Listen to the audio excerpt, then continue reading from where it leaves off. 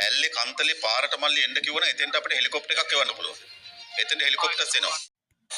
හරි හරි. දැන් හරි ආලා අපි මෙතන ලෑන්ඩ් කරමු නේද? එතන හොඳයි. එතන හොඳයි. ඔය පාර තියෙනවා අපි ලෑන්ඩ් කරමු එතන. ඔව් එතන හොඳයි. අයියෝ මෙහාට ඵලයල්ලා එහාට ඵලයල්ලා අපෝ උඹලා යකෝ. උඩ බලන් ඉන්නේ. එහාට ඵලයල්ලා එහාට ඵලයල්ලා මම මේක ලෑන්ඩ් කරන්න යන්නේ මෙතන.